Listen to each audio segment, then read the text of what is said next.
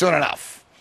He managed to escape Soviet Russia and religious persecution there. Here's a small businessman. He's a Tea Partier. He's brave enough to go toe-to-toe with the Occupy Wall Street protesters. And when you abolish capitalism, what are you going to replace it with, I wonder? Socialism. Really? Yeah. And what do you think is going to happen under socialism? Well, we wouldn't have people unemployed. Really? We wouldn't have people hungry. Kidding. No kidding. We wouldn't have 5% of the world's population. Really? 25% of What's the difference between North Korea and South Korea, I wonder? people in North Korea. What's the difference between North Korea and South Korea? The workers in North Korea get paid. Get paid. Decent Really? wage. Yeah. Really? And nobody imprisons them, nobody kills them, they're not dying from hunger, No. they do not resort to cannibalism, and people in South of Korea... Never heard of it. Really? Here now is Vladimir Jaffe, the voice that you heard, interrogating those characters in Lower New York. Vladimir, it's a pleasure.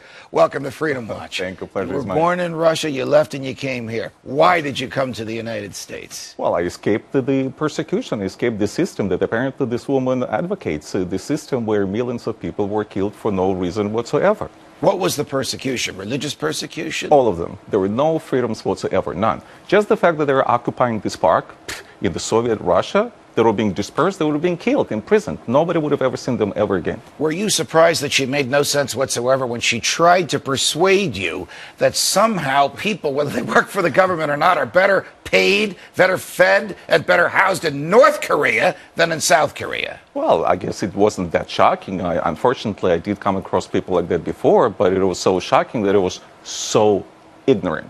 To claim that North Korea is better than South Korea, this is the best example that illustrates the difference between capitalism and dictatorship or socialism. What happens in socialism to your personal initiative, your ability to succeed, your opportunity to acquire things in life that we all want, when the government micromanages everything you can do? Well, there are no opportunities whatsoever. People don't understand several things when they talk about capitalism and socialism. Number one, in Soviet Russia, in the so-called socialist system, if you get something for a ruble and sell it for 2, it's called profiteering, punishable by 3 years behind bars. Profit is totally illegal, was totally illegal.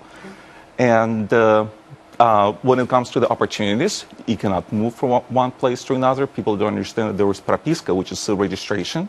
You can't simply move from one town to another for better opportunities. What do you do here in the United States that you couldn't do in Soviet Russia?